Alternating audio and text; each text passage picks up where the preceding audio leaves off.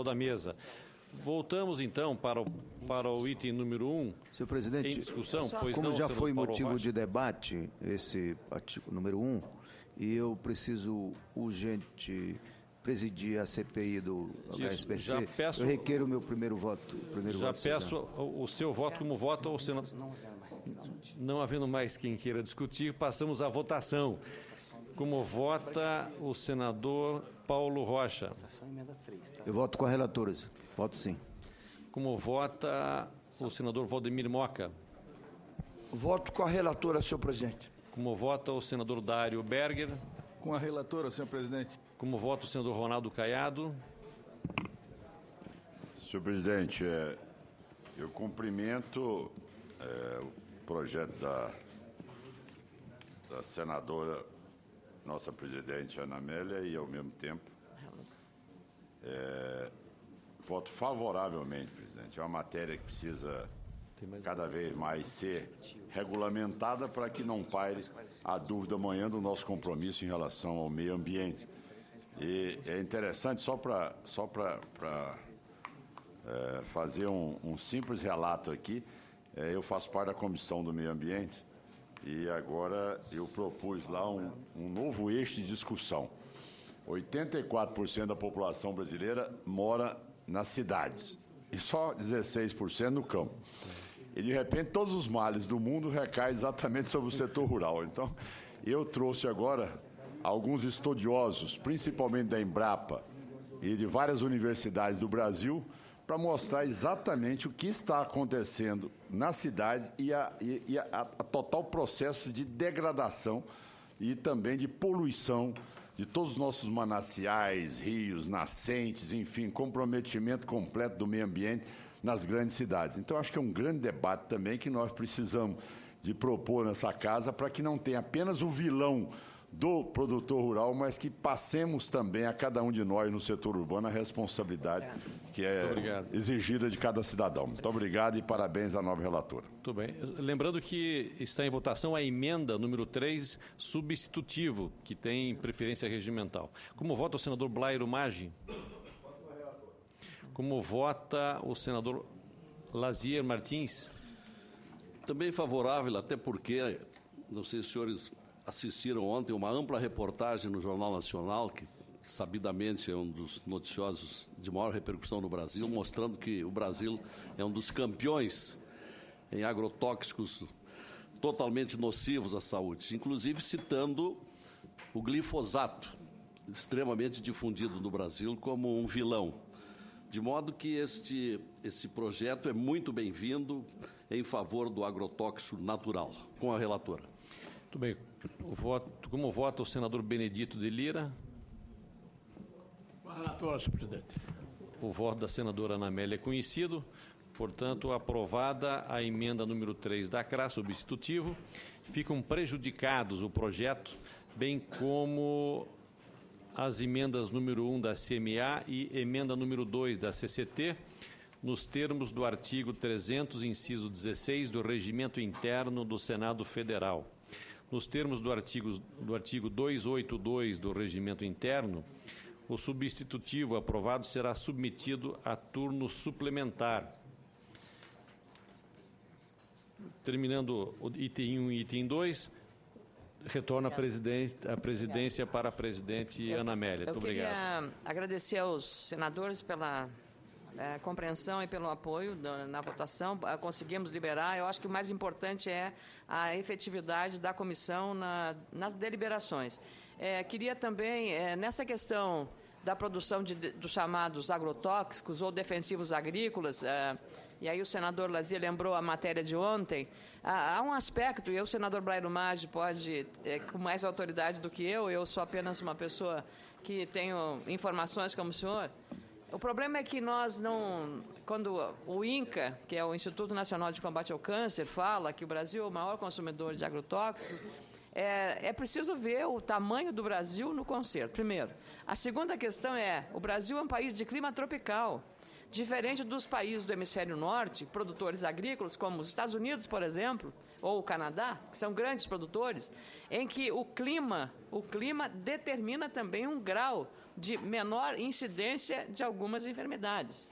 Então, isso também é preciso levar em conta na medida de que nós temos que encontrar um caminho para uma produção cada vez mais saudável, mais sustentável e encontrando todas as alternativas. E, claro, a própria natureza se encarrega de oferecer também os defensivos chamados orgânicos ou naturais com agentes que tenham. Então, nós temos que ver esse debate não do ponto de vista, de novo, de uma criminalização, porque algumas das enfermidades ou das pragas que nós temos no nosso território não acontecem no hemisfério norte, com clima muito frio, então há um combate da própria natureza sobre isso. Quer dizer, eu preciso que a gente tenha em mente isso, e não é possível você imaginar uma produção de alta... De muita produção, como nós temos, maior produtor de soja do mundo, um dos maiores, sem ter digamos, um cuidado sanitário para que essas produções sejam bem sucedidas do ponto de vista ambiental. Mas eu passo a palavra ao senador Blairo Maggi, que certamente conhece muito mais do que eu sou apenas uma curiosa nesses temas. Muito obrigado, presidente. Vossa Excelência conhece muito bem, e é exatamente o que a senhora colocou aqui. As pessoas esquecem de fazer essa análise de que o Brasil é o único país, né, com clima tropical que tem o volume e a quantidade, 68, 70 milhões de hectares fazendo agricultura, nas temperaturas de 35, 40 graus, quase que constante nessas regiões do Centro-Oeste, mais lá para a região de Mato Grosso. E não há a mínima possibilidade de você fazer produção agrícola sem o uso de agrotóxicos. Eu sou produtor agrícola, eu gostaria muito de fazer. Primeiro, porque não agride o meio ambiente, e é veneno. Veneno tem seus problemas. Nós aqui não vamos discutir se o relatório do INCA está correto ou não na questão de prejudicar a saúde, eu creio que sim. Mas também nós temos que ter a opção, vamos produzir ou não. Né? Se não for para usá-los, nós não podemos produzir. Não tem maneira de fazer isso. Uma coisa que me chama a atenção nesse relatório, e que não, na minha avaliação, não é verdadeiro, quando ele diz que o uso de sementes transgênicas tem aumentado o uso de agrotóxicos. É o contrário. O uso da biotecnologia tem reduzido as aplicações de inseticidas, principalmente nas culturas de algodão, né? Maior. Quando você usa uma variedade que tem resistência às lagartas, principalmente, você não faz nenhuma aplicação, ou se faz alguma para manter o controle. E também as técnicas que nós utilizamos na agricultura, elas são reguladas por agências, pelos ministérios, fiscalizadas. Nós usamos padrões internacionais, acho que até mais exigente, muitas vezes, com as áreas de refúgio.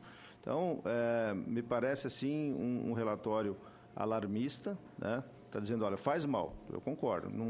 Eu já fui intoxicado por veneno quando criança, quando usava no Paraná, e meu pai me colocava desde cedo trabalhar na agricultura, eu sofri uma intoxicação. Eu sei o que é isso também. Mas não temos como fazer agricultura. Ou, se quisermos fazer nessa região, ou vamos abrir mão, né, de produzir, de ser um país que tem essa condição. Concordo que nós temos que fazer campanhas, né? As propriedades hoje, o pessoal que milita aqui na área agrícola, está nessa comissão, conhece, as fazendas, as áreas de produção, senadora Ana Amélia, tem um controle total e absoluto. Da embalagem, inclusive há um rigor na embalagem. Desde as embalagens, o Brasil lidera o recolhimento de embalagens no mundo inteiro. Ninguém consegue fazer isso. Se compararmos a França, que é primeiro mundo, tem uma agricultura maravilhosa também, mas eles são, entre aspas, muito relaxados em relação a nós. Né? Eles deixam lá nas propriedades, nós temos um processo todo de recolhimento, a obrigatoriedade, né? Temos até o dia do campo limpo, onde se faz essas campanhas. Não há, você anda nas fazendas, você não vê jogado 1 litro de veneno, você não vê um balde jogado por lá. Quer dizer, todo mundo tem muita consciência disso. Então, só para deixar registrado de que a sociedade não deve entender isso como se o agricultor ou a agricultura fosse, ou que utiliza esses produtos porque quer, para fazer mal ou para gastar dinheiro. Não, nós somos obrigados, porque, mais uma vez, que Vossa Excelência colocou muito bem. Nós somos um país tropical e as pragas, a pressão de pragas sobre nós é muito grande, né? E também outras que são introduzidas. Por exemplo, nos últimos anos, entrou uma doença chamada, uma doença fúngica, ferrugem asiática na soja, que é uma desgraça para o produtor de soja. Nós temos que fazer aplicações constantes para poder produzir. Se você não aplica um fungicida, um determinado fungicida, você não colhe. Quer dizer, vai colher palha, não tem, é 10, 12 sacos por hectare. E a aplicação desses fungicidas traz problemas, sim, para o meio ambiente. Ela cria um desequilíbrio que faz com que outras pragas se estabeleçam no campo que eram controladas por fungos naturais, que não estão mais presentes no campo. E o chamado mosca branca, por exemplo, o aumento de mosca branca na agricultura, na soja e nas outras coisas, vem porque nós estamos combatendo a ferrugem asiática. Então, nós precisamos urgentemente, através da biotecnologia, termos uma resistência colocada ou achar uma planta que tenha uma resistência natural a esse fungo, para voltarmos a termos um equilíbrio com a mosca branca. Então, claro, cada vez que tu mexe numa situação, tu tem problema no outro. A mesma coisa os transgênicos, presidente. Os transgênicos vêm e resolvem uma parte, mas ele desequilibra outras partes. Então, tudo que vem para a agricultura não é definitivo. Ele não pode ser definitivo. É mais uma ferramenta que o agricultor tem. Ele usa um tempo, ele tem que deixar de usar, muda o método, volta, tem que estar sempre fazendo uma combinação dessas técnicas todas para, de fato, não desequilibrar o meio ambiente. Então, é uma coisa muito complexa a agricultura, e é complexa porque nós produzimos muito. E somos, então, grandes produtores agrícolas, e por isso a situação que nos encontramos agora. Obrigado. Eu agradeço, o senhor, digamos, complementou com correção essa coisa, e tudo a virtude está no meio, está no bom senso, né? É essa coisa que o medicamento de uso humano. Se você usar, aqui temos dois médicos aqui, né? O senador Caiado, o senador Moca, o próprio medicamento de uso humano, mal usado, ele faz mal. Claro, quanto maior for o uso de agentes naturais, é o efeito do antídoto usado para combater o veneno da cobra. Talvez essa a forma seja mais simples das pessoas entenderem. Como é que você combate o veneno da cobra? Usando a própria cobra, né? O veneno da cobra, para combater, para vacinar a pessoa que foi picada de uma cobra. Então, isso é o Instituto Butantan. Nós temos que ter institutos para a defesa agropecuária, para fazer pesquisas e descobrir na própria natureza aqueles defensivos naturais, que, claro, será muito melhor para a natureza, para o consumidor e especialmente para o produtor rural, que tem preocupação com essa questão. Então, eu agradeço muito a todos os senhores senadores. Conseguimos votar numa quinta-feira, em tempo recorde, 2 matérias em caráter terminativo. Eu agradeço imensamente. Estamos cumprindo com a nossa missão. Estou muito feliz. E a solicitação dos senadores, o Wellington Fagundes e o senador Benedito de Lira, será encaminhada. E, da mesma forma, agilizaremos o agendamento das audiências públicas requeridas. Está encerrada a presente sessão. Muito obrigada a todos.